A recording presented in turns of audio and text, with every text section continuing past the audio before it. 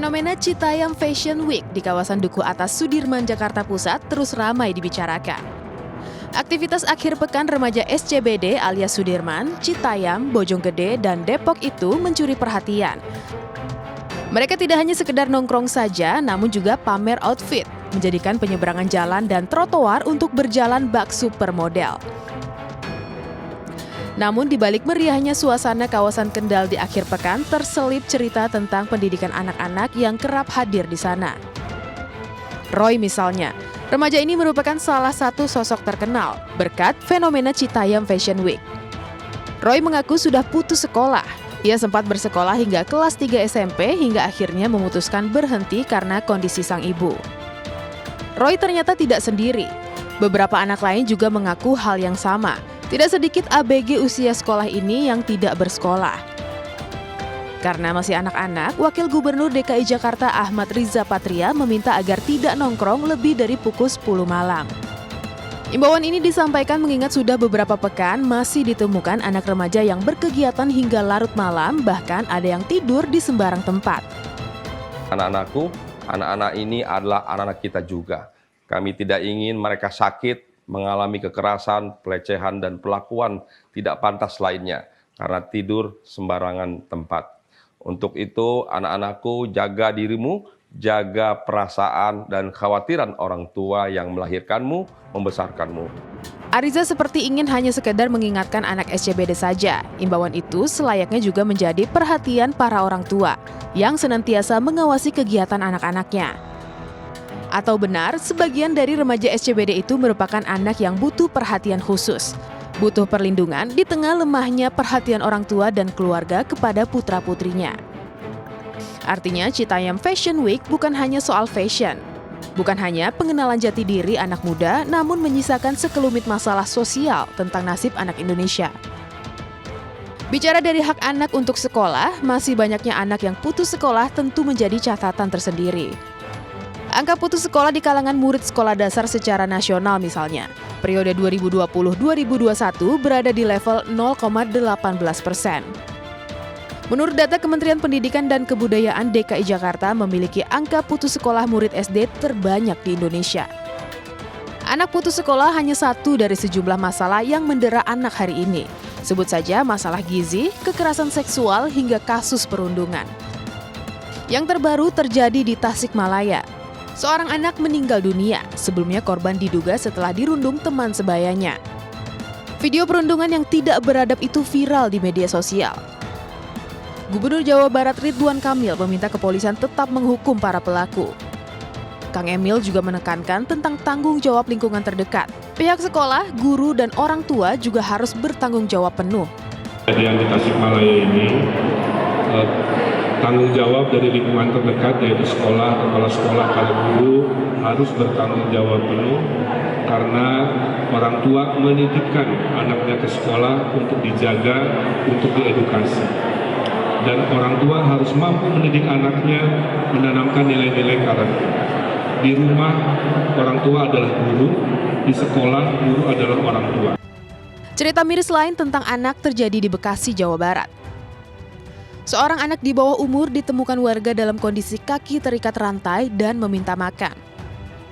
Diduga anak itu kabur dari rumahnya setelah mendapat perlakuan kasar dari orang tuanya. Kasus dengan korban yang banyak terungkap ini hanya sekian dari banyak kasus yang ada. Menambah cerita tentang anak yang putus sekolah, anak yang harus bekerja, dan mereka yang melakoni pernikahan dini. Tentu kita patut bertanya, sudah sejauh mana perlindungan anak di Indonesia?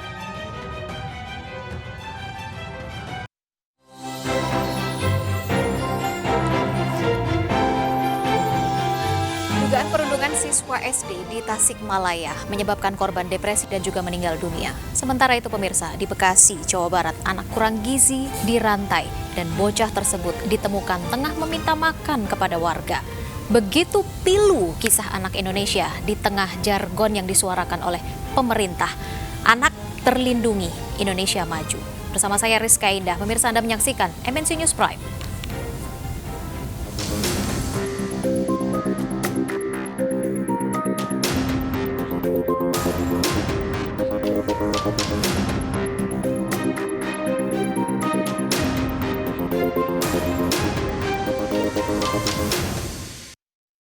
Polres Tasikmalaya, Jawa Barat hingga saat ini masih mendalami kasus perundungan yang diduga mengakibatkan seorang anak SD mengalami depresi hingga meninggal dunia.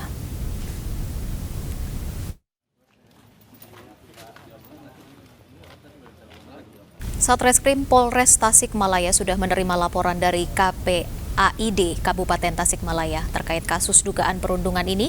Kepolisian masih terus melakukan penanganan bekerja sama dengan P2TP2A KPAID Kabupaten Tasikmalaya untuk mencari kebenaran atas kasus ini. Sementara untuk penyampaian kelanjutan kasus akan disampaikan melalui Polda Jawa Barat. Masih melakukan proses penanganan bekerja sama dengan P2TP2A tentunya dengan KPAID. Dalam penanganannya masih berjalan, dan untuk terkait masalah penanganan penyampaian penanganan upayanya nanti akan disampaikan lebih lanjut oleh Polda Jawa Barat. Sementara itu pemirsa, seorang anak di bawah umur di Bekasi, Jawa Barat ditemukan warga dalam kondisi kaki terikat rantai dan juga meminta makan. Diduga anak ini kabur dari rumahnya setelah mendapatkan perlakuan kasar dari orang tua. Kakinya kenapa dirantai itu? Coba itu kakinya kenapa dirantai itu? Media sosial dihebohkan dengan kasus penelantaran anak di Jati Kramat, Bekasi, Jawa Barat. Dari rekaman video amatir, seorang anak laki-laki di bawah umur ditemukan dalam kondisi kaki terikat rantai. Korban bahkan meminta makanan kepada warga yang menemukannya. Korban diduga kelaparan hingga melarikan diri. LVAI fokus kepentingan anak dan kepastian hukum kepada kedua orang tua korban. Ini fokus kepada kepentingan terbaik anak. Jadi jikalau orang tua melakukan pelanggaran, melakukan kekerasan terhadap anak, jelas undang-undang menyatakan bahwa dia harus dihukum. Kita masih dalami, kalau secara fisik yang bersangkutan agak kurang gizi nih, ya, karena makannya lahap sekali. Tadi udah makan dengan saya bersama KPAD, dengan Dinas Sosial, dengan kita Polres. Langkah kedua yang kami lakukan hasil koordinasi dengan LPAI dan KPAD serta Dinas Sosial, kita akan rujuk, ya, berdasarkan dari dokter kita ada, ini Pak Dokter, dari dokter kita Polres juga ada, akan kita rujuk ke rumah sakit untuk dilakukan perawatan kesehatannya terlebih dahulu. Polisi sudah mendampingi korban pasca kejadian. Selain mendapat perhatian khusus, korban yang juga mengalami gangguan mental kini dibawa ke rumah sakit guna mendapatkan perawatan. Dari Bekasi, Jawa Barat, Rahmat Hidayat, iNews melaporkan. Ya pemirsa, kisah tentang anak yang menjadi pelaku dan juga korban kekerasan tentu saja menjadi catatan pilu yang mewarnai Hari Anak Nasional yang akan diperingati tanggal 23 Juli. Ditekan sorotan kaitannya dengan remaja yang menunjukkan eksistensi dengan outfit yang nyentrik. Justru sebetulnya ada tersimpan hak anak yang memang belum terpenuhi. Jika memang demikian, apa kabar anak Indonesia? Benarkah ini semua berpusat kepada keluarga? Atau memang ada hal lain yang sudah terlupakan? Sudah bersama kami saat ini pemirsa melalui sambungan Zoom, dua orang narasumber. Pada malam hari ini ada Ibu Putu Elvina yang merupakan komisioner KPAI. Selamat malam Ibu Putu. Selamat malam Mbak Rizka. Baik, dan juga ada Pak Bayu Ayulianto, seorang sosiolog. Pak Bayu, selamat malam. Selamat malam Mbak Rizka dan pemirsa Mainstream News. Baik, terima kasih sudah meluangkan waktunya pada malam hari ini. Tentu kita miris kalau melihat belakangan berita-berita yang berkembang kaitannya dengan anak-anak, mulai dari kasus pelecehan seksual terhadap anak, kemudian juga yang terbaru, tadi baru saja kita melihat bagaimana kekerasan terhadap anak mengakibatkan anak juga menjadi kelaparan. Kemudian di satu sisi ada juga anak yang ingin menunjukkan eksistensinya begitu ya, dengan berdiri atau mungkin dengan cara-cara yang lain melalui Citayam Fashion Week yang memang sangat viral sekali. Saya ke Ibu Putu terlebih dahulu. Apa yang Anda lihat dari fenomena yang mungkin banyak sekali terjadi di kalangan anak-anak belakangan ini? Ya, Mbak Rizka, kalau kita bicara tentang fenomena terkait anak-anak yang terjadi belakangan ini, sebenarnya itu bukan hal yang aneh karena kita tahu bahwa banyak hak anak yang kemudian bisa diakomodir. Misalnya dalam contoh Citayam Fashion Week misalnya, itu merupakan salah satu hak anak untuk memberikan ekspresi, hak anak untuk memberikan pendapat, atau hak anak untuk berpartisipasi. Dalam bentuk apapun itu juga merupakan bagian yang kemudian harus mendapatkan perhatian dalam pemenuhan haknya.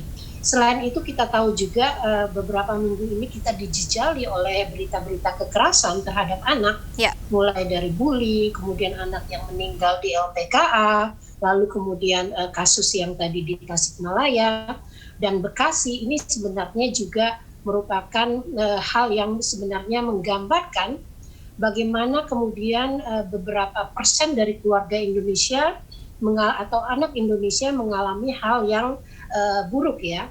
Kalau dari data KPAI itu di tahun 2021 saja kasus-kasus anak yang bermasalah yang seperti kekerasan, penelantaran, atau anak yang berhadapan dengan hukum sebagai korban kejahatan seksual itu sebenarnya cukup memprihatinkan. Ada sekitar 2.981 laporan yang masuk ke KPAI by name by address tahun 2021, walaupun itu mengalami penurunan dibandingkan tahun yang sebelumnya di 2020 misalnya, tapi penurunan itu tidak signifikan.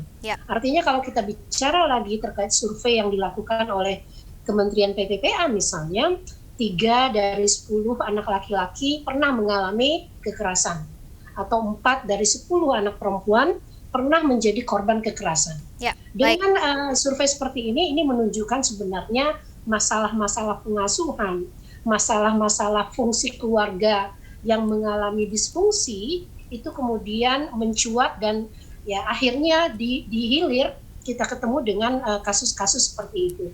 KPAI juga pernah mencatat bahwa pengasuhan bagi keluarga-keluarga tertentu di Indonesia itu juga mengalami masalah, artinya orang tua tidak cakap mengasuh, itu merupakan salah satu fenomena yang menyumbang angka-angka kekerasan tersebut. Baik, kita boleh bahas satu persatu terlebih dahulu, Ibu Putu, kaitannya dengan kita bahas terlebih dahulu yang Tasikmalaya, yang memang ini bukan pertama kali terjadi, tapi memang sering sekali terjadi begitu ya kepada anak-anak, kasus perundungan yang mungkin sebenarnya dianggap remeh oleh mereka, tapi ternyata ketika mengenai korban cukup membuat korban merasa tersiksa, cukup membuat korban merasa tidak mampu untuk melawan gitu.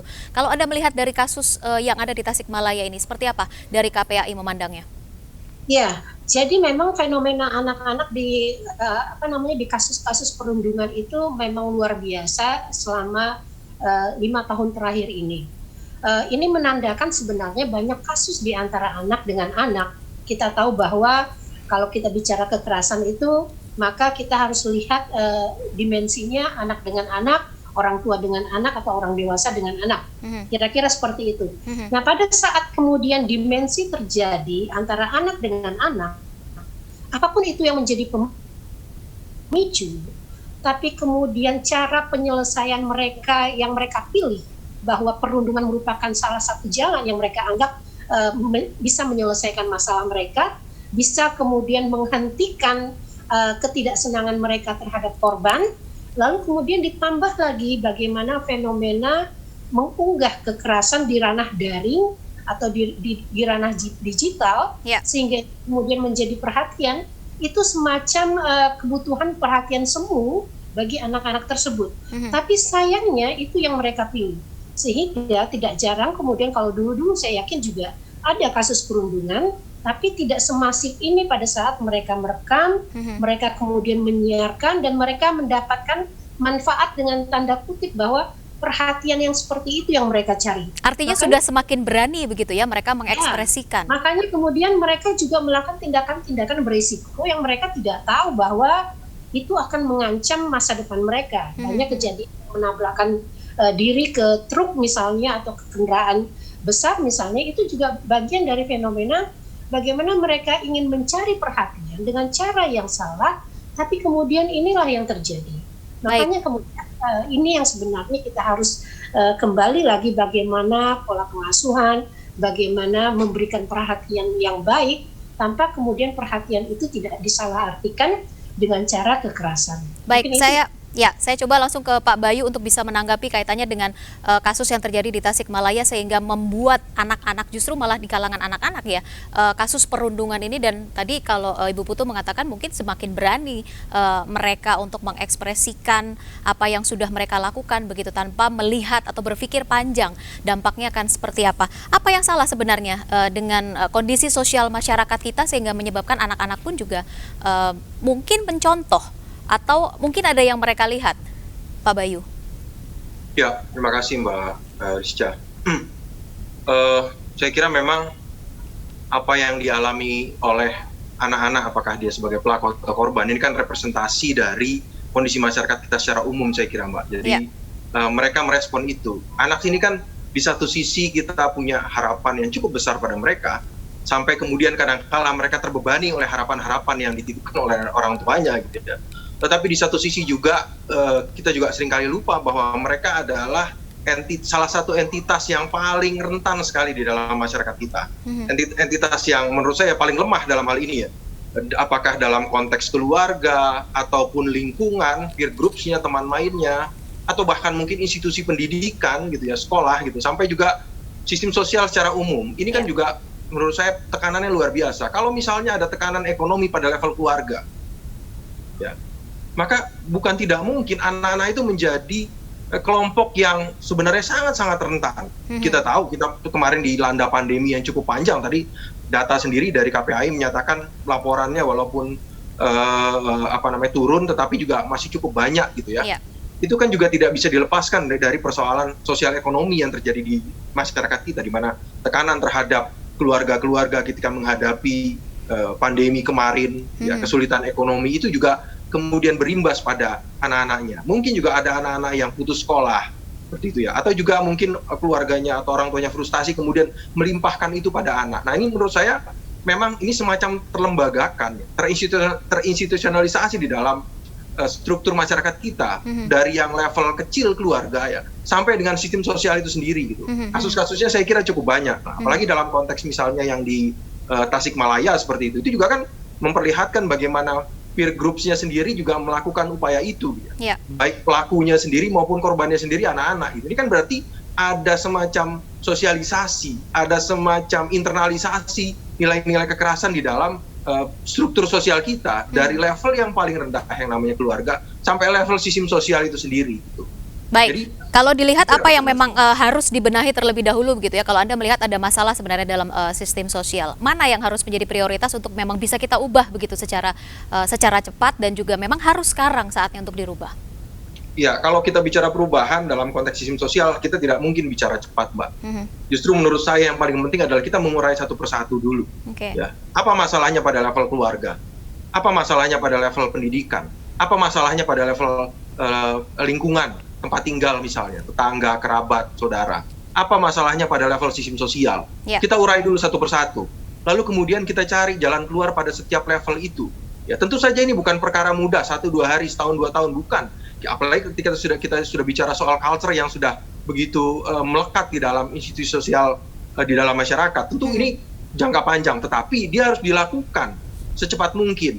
Ya, secepat mungkin. Apakah keluarga kita dorong untuk melakukan perubahan? Ya? Atau juga mungkin negara, ya karena kita bernegara sekali lagi, maka negara juga harus juga terlibat secara aktif untuk bisa mendorong upaya-upaya yang sifatnya progresif untuk menyelesaikan persoalan-persoalan pada setiap level itu. Gitu. Ya, baik. Atau mungkin juga ada persoalan pada level hubungan, misalnya keluarga dengan sistem sosial, ya. Keluarga dengan ranah pekerjaan orang tua.